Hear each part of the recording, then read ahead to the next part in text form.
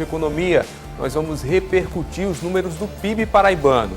E tem mais, redução no preço da gasolina, valendo a partir de hoje nas refinarias. Mas será que isso vai chegar até as bombas? Amanhã é comemorado o Dia do Conselheiro Tutelar e a TV Manaíra foi até alguns conselhos tutelares aqui de João Pessoa para saber sobre a estrutura disponível para esse trabalho. É agora em Primeiro Plano.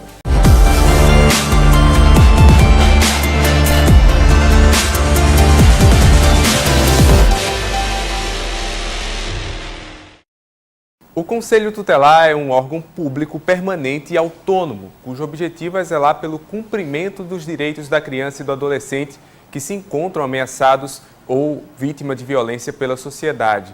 Apesar de estar vinculado administrativamente ao Poder Executivo, não é um órgão de governo, mas sim um órgão de Estado. Atualmente existem 7 conselhos tutelares em João Pessoa, mas faltam melhores estruturas para essas atividades. Acompanhe.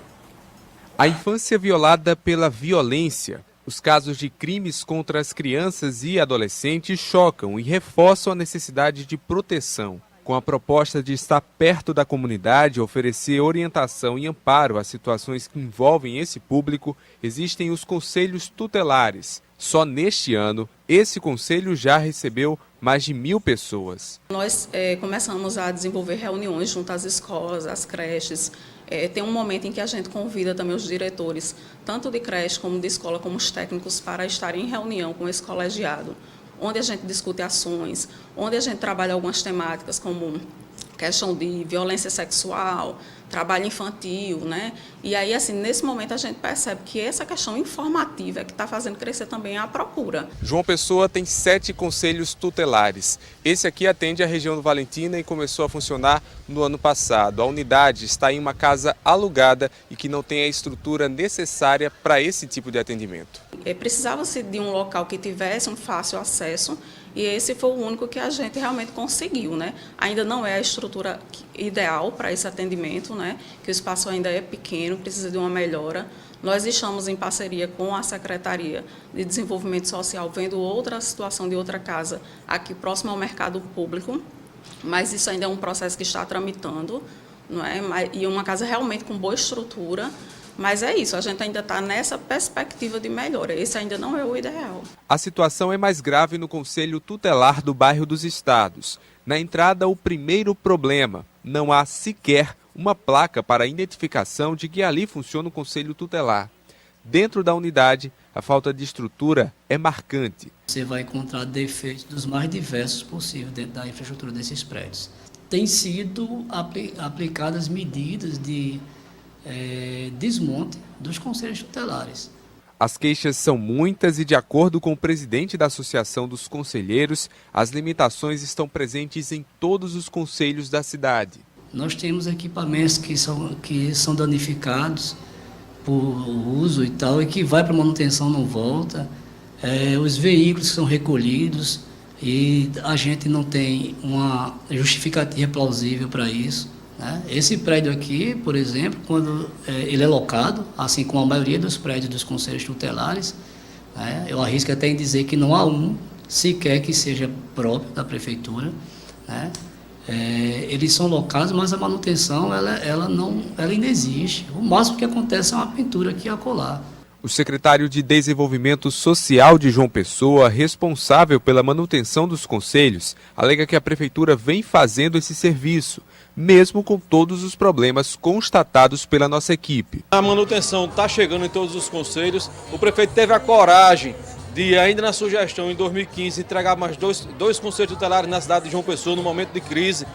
Saímos de 5 para 7, isso mostra o compromisso com a política da criança e do adolescente. E no que diz respeito à manutenção, a gente está assim acompanhando, a gente está fazendo. Agora, gradativamente, não temos condições de fazer todos de uma só vez. Então, terminamos o Sudeste agora, vamos partir para o próximo e assim por diante, até que a gente deixe os conselhos todos organizados. Mesmo assim, o secretário declarou que novas providências serão tomadas. Eu acredito que dentro de mais 15 dias a gente já vai estar atuando lá para corrigir essa deficiência do Conselho Norte. E isso é muito importante. A gente acompanhou, mostrou problemas, mas apesar disso tudo, os conselheiros estão lá atuando, o número de denúncias recebidas e de acompanhamentos realizados é muito grande, então é importante demais esse trabalho. É importante também que a gente acompanhe os problemas que existem, até para cobrar da Prefeitura que, como a gente pôde acompanhar, está apta a solucioná-los pelo menos em breve. Parabéns a todos os conselheiros tutelares pelo dia de amanhã. Agora a gente muda um pouco de assunto, porque hoje pela manhã, na Band News FM Manaíra, nós recebemos Leonardo Gadelha, que é presidente nacional do INSS. Aproveitamos a oportunidade, claro, para perguntar sobre essas manifestações que estão acontecendo em relação à reforma da Previdência. Vamos acompanhar o que ele falou. Eu vejo todos os protestos, todas as manifestações de cidadãos brasileiros como muito legítimas. Eu acho que se trata de que diz respeito à vida de todos nós brasileiros, dos mais jovens que esperam ter um sistema rígido, que ele continue existindo daqui a 2 ou 3 décadas quando eles queiram se aposentar, daqueles que já estão aposentados, que querem ter a certeza que continuarão usufruindo do seu benefício e daqueles que estão na iminência de fazê-lo. É, na verdade, um debate que precisa ser feito entre gerações. A gente sabe que num sistema de partilha simples como o sistema brasileiro, quem está trabalhando hoje contribui para quem já se aposentou. E aquele que está trabalhando espera, daqui a alguns anos, poder se aposentar com a contribuição de outros que entrem no mercado de trabalho. Para que todos tenham esse direito, é necessário que se faça alguns ajustes. A extensão desse ajuste não é algo simples. Se fosse simples, a gente não tinha um debate tão acalorado. Eles precisaram fazer algum tipo de adequação. A reforma da Previdência, que é a bola da vez lá no Congresso, está aí o Leonardo Gadelha defendendo que alguma reforma seja realizada, alguma medida seja realizada. A gente também aproveitou a presença dele para falar sobre o calendário para o pagamento dos benefícios no ano que vem. O calendário está mantido, a única grande expectativa do cidadão diz sempre respeito àquela antecipação do 13º, que vem acontecendo ao longo dos 2 últimos anos, aconteceu em 2016, aconteceu em 2017, a nossa expectativa é que vá acontecer também em 2018, justamente porque a gente tem percebido uma melhora nas contas públicas, a economia voltou a crescer, quando a economia volta a crescer, geram-se empregos, e quando se geram empregos, a arrecadação da Previdência também cresce. A principal fonte de arrecadação da Previdência é a relação entre empregador e empregado. Então a gente imagina que a gente possa ter uma diminuição, ainda que pequena, do déficit no próximo ano. Isso nos dê mais margens para fazer benefícios como esse, de antecipar o 13º, a exemplo do que fizemos agora em 2017. Política também foi assunto durante entrevista na Band News FM Manaíra. Eu perguntei a Leonardo Gadelha quais são as pretensões dele para o ano que vem. Minha pretensão é de colocar o meu nome à disposição do eleitorado da Paraíba, inicialmente na condição de candidato a deputado federal, cargo que honrosamente eu já ocupei, tive a oportunidade de ocupar uma cadeira em Brasília representando o povo da Paraíba, isso foi para mim um motivo de maior orgulho da minha vida. Gostaria de uma vez mais tentar isso. Está aí Leonardo Gadelha, que é do PSC. Vamos saber então como é que vai acontecer todo esse desdobramento na política paraibana. Agora a gente fala sobre economia. Ontem a gente trouxe aqui informação, os números do PIB paraibano divulgado em relação a 2015. Apesar de apresentar uma retração, o estado paraibano teve uma boa colocação na região Nordeste. Sobre esse e outros assuntos, a gente conversa a partir de agora com o economista João Bosco Ferraz, que também é presidente do Conselho Regional de Economia. Bom dia, seja bem-vindo aqui à TV Manaíra. Bom dia, Daniel Lustosa, e bom dia a vocês que nos assistem.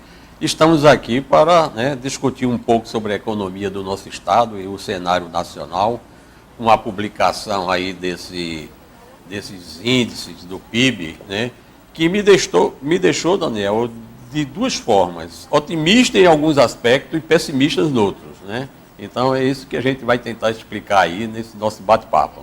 Vamos começar com otimismo então. O que é que a Paraíba pode extrair de positivo dos números que foram apresentados, apesar de uma retração de 2,7% em 2015? Pois é, a Paraíba está muito bem colocada no ranking do Nordeste, Se a gente examinar que foi a primeira vez em que todos os estados da federação caíram, dessa vez não houve exceção, E a gente sabe a raiz de onde vem isso acontecendo, A crise que se arrasta aí já por um determinado momento e dessa vez afetou todos os estados da federação, para nossa surpresa, inclusive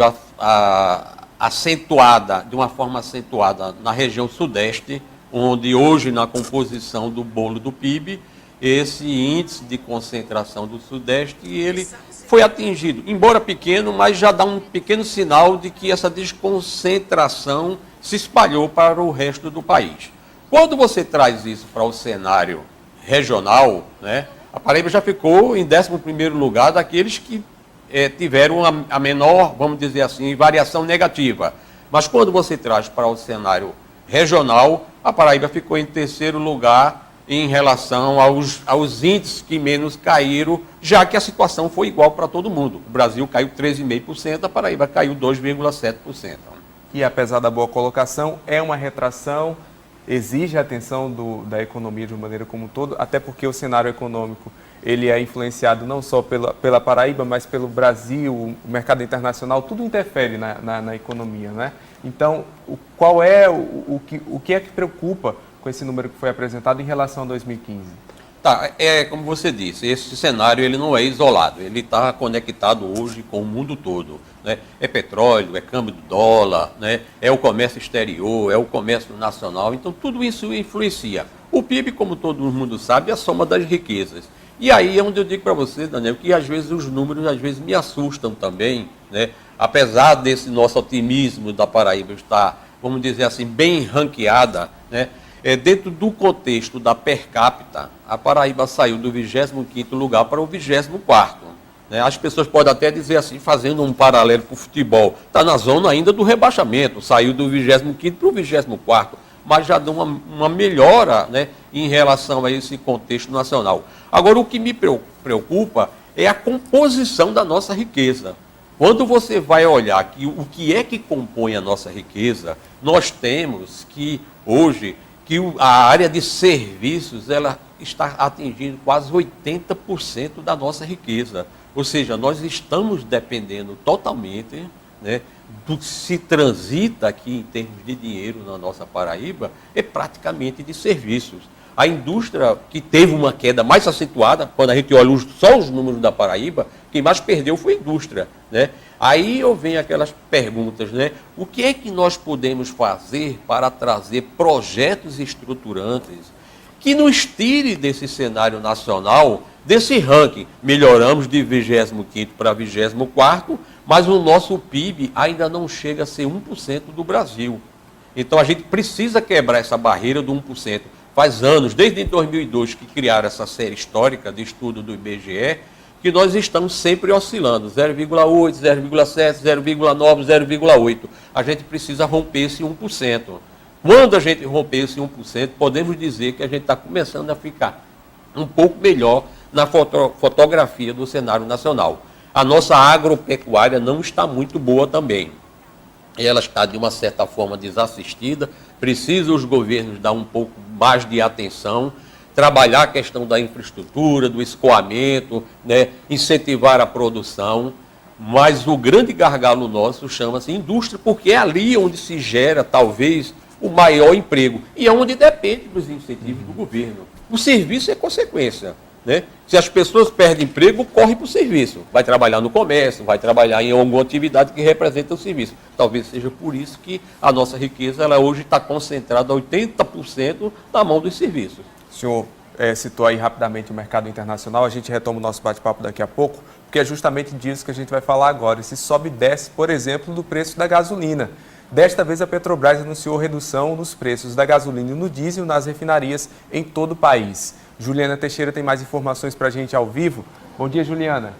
Oi, Daniel, bom dia para você e bom dia a todos que estão com a gente no primeiro plano. Anunciou uma redução de 0,38% no diesel e de 1,3% no diesel e de 0,38% na gasolina. Mas no dia a dia, no cotidiano, o que é que os consumidores estão presenciando? Um aumento de pelo menos 20%, veja a diferença aí nos preços dos combustíveis, principalmente da gasolina, que nessa última semana saltou de R$ 3,63 a média para R$ 3,95. Atitude essa que chamou a atenção do Procon Municipal, que fez uma operação, uma ação em todos os postos da capital e constatou que pelo menos 10% dos postos aumentou aí indevidamente. Por isso eu estou aqui com o Laplace Guedes, que é secretário adjunto do Procon Municipal. Bom dia. Essa ação nos postos, então, qual o resultado dela? Bom dia, Jaqueline. Bom dia, telespectador. Nós estamos, nesse exato momento, notificando os postos de gasolina para que se possa os fornecedores, apresentarem as notas fiscais das 2 últimas compras. Então, eu acabei de receber agora a confirmação, nós já temos 41 postos de gasolina aqui em João Pessoa, notificados para apresentarem essas 2 notas fiscais da compra do combustível novo com o combustível velho, para sabermos e descobrirmos se existe combustível em estoque para que o preço praticado permaneça o do estoque anterior, assim conforme lei impõe. Esse é o primeiro aspecto. Continua, nós temos quase que 500 postos na cidade de João Pessoa e essa operação continua, hoje está na rua, continuando notificando os postos de gasolina. E você, consumidor, se tiver alguma denúncia a ser feita, comparecer lá no PROCON ou então ligar o 0800 1983. Muito obrigada pela sua participação. Pois é, Daniel, fique atento aí aos preços dos combustíveis, principalmente o da gasolina, e abastecer onde tiver o menor preço, principalmente depois desse anúncio aí de redução da Petrobras. De volta com você aí no estúdio. Valeu, Juliana, é isso. Tem que ficar atento, tem que levar em consideração a pesquisa de preço que o PROCON sempre divulga. E a gente, sobre esse tema ainda, retoma o nosso bate-papo aqui com o economista João Bosco Ferraz. O mercado internacional agora é parâmetro para o preço da gasolina, do gás de cozinha, enfim, está mexendo muito com o cotidiano do brasileiro, do paraibano não é diferente. Isso pode ser benéfico no futuro, pelo menos por enquanto a gente percebe na gasolina e no gás que no acumulado está subindo bastante. Isso só vai ser benéfico, Daniel, quando a gente tiver um maior controle sobre essa variação cambial. O que é que o governo fez? Ele apenas não está mexendo em preço da gasolina ou do diesel, né, do combustível em si, apenas baseado na questão de cobrir custos. Ele está baseado também no mercado internacional e você manter aquele padrão de acordo com a variação cambial. Né? Então, assim, a variação cambial ela é um mecanismo de governo. Né? Os custos é de produção. Agora, enquanto você não tiver um controle, né, maior sobre essa variação cambial, nós vamos viver essa gangorra ainda por um determinado tempo. O que isso é ruim para a população? Ele é ruim sob 2 aspectos. É ruim para o teu bolso, você enquanto consumidor direto da gasolina, você está abastecendo o seu carro, está levando seu filho, ou você que trabalha dependendo de um transporte, é péssimo. Se você vai consumir, ele é péssimo, principalmente se você vai consumir mercadorias que requer, para chegar ao nosso mercado, percorrer uma grande distância, principalmente pelos meios de transporte que utiliza esses combustíveis como meio de entrega para o nosso mercado. Então, a gente vai sentir isso em pouco tempo, talvez afetar a cesta básica aqui do pessoense, né, do paraibano em si, por conta dessa repercussão. A gente não está enxergando no momento cenário para o preço da gasolina voltar ao patamar que estava até bem pouco tempo atrás, aí 3,1, 3,2. Ele vai permanecer aí próximo dos 4 ainda por um bom tempo. Acho que a gente vai virar o ano ainda nesse patamar aí.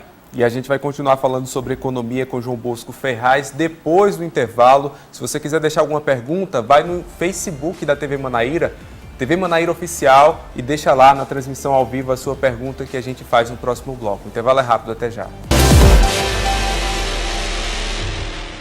Já de volta aqui com o seu primeiro plano, a Prefeitura de João Pessoa lançou o 5º Festival Internacional de Música Clássica, que será realizado no período de 26 de novembro a 2 de dezembro e deve reunir 30 atrações que vão se apresentar nas igrejas do Centro Histórico.